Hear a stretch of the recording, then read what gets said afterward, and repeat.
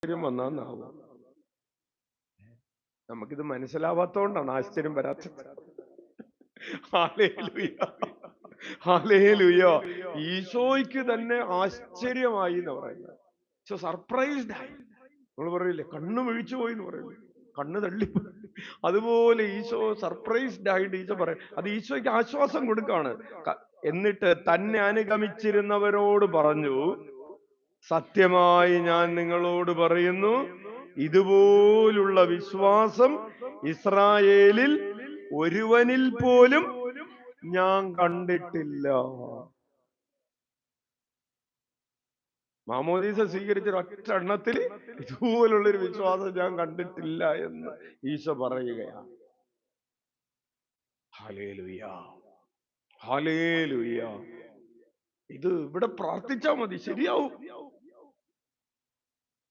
ഇവിടെ പ്രാർത്ഥിച്ചാൽ മതി. അച്ഛൻ ഓർക്കുന്നത് ഒരു സഹോദരി, ആറളം ഫാമിലുള്ള ഒരു ചേച്ചി, ശാന്ത എന്ന് പറയുന്ന ഒരു ചേച്ചി. അവരുടെ മകളും മരുമകനും കൂടെ ഞങ്ങൾ ആവിലയിൽ ഇന്ന് അച്ഛനെ കാണാൻ വേണ്ടി പോവാണെന്ന് പറഞ്ഞ് വീട്ടിൽ നിന്ന് ഇറങ്ങിയപ്പോ ശാന്ത ചേച്ചി പാടില്ലാതെ കിടക്കാണ്. വരാനുള്ള ആരോഗ്യം തൽക്കാലം ഇപ്പില്ല. ചേച്ചി പറഞ്ഞു നിക്ക് പോവല്ലേ. എന്നിട്ട് മുറിയില് ഒരു ഒരു ചുവന്ന നിറത്തിലുള്ള ഒരു കാർഡ്, താലൂക്ക് ആശുപത്രിയിലെ കാർഡാണ്. അവിടെ പോകുമ്പോ പോയതിന്റെ ഡേറ്റും ഒക്കെ കുറിച്ചു വെക്കുന്ന, ചിലപ്പോ മരുന്നൊക്കെ കുറച്ച് എഴുതുന്ന ഒരു കാർഡാണ്. ഈ കാർഡ് എടുത്ത് മകളുടെയും മരുമകന്റെയും കൈ കൊടുത്തിട്ട് പറഞ്ഞു, അച്ഛന്റെ കൈ കൊടുത്ത് ഇതൊന്ന് വെഞ്ചിരിച്ച് കൊണ്ടുവരാൻ പറയാം.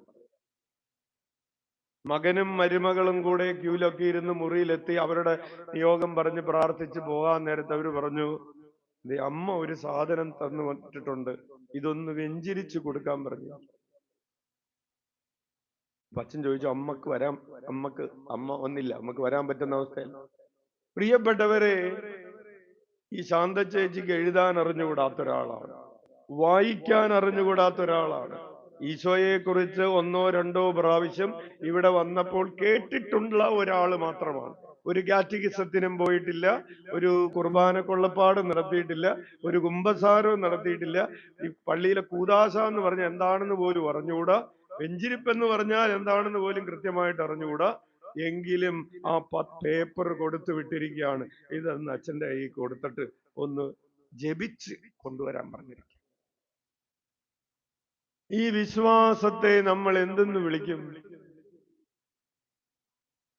ഇതൊന്ന് വെഞ്ചരിച്ചു കൊടുത്താൽ എന്റെ രോഗം മാറും എന്ന് പറയാൻ പറ്റുന്ന ഒരു വിശ്വാസം, പ്രിയപ്പെട്ടവരെ, ഈ ശതാധിപന്റെ വിശ്വാസത്തെക്കാൾ വലിയൊരു വിശ്വാസമാണെന്ന് അച്ഛന് തോന്നുകയാണ്. Hallelujah, hallelujah.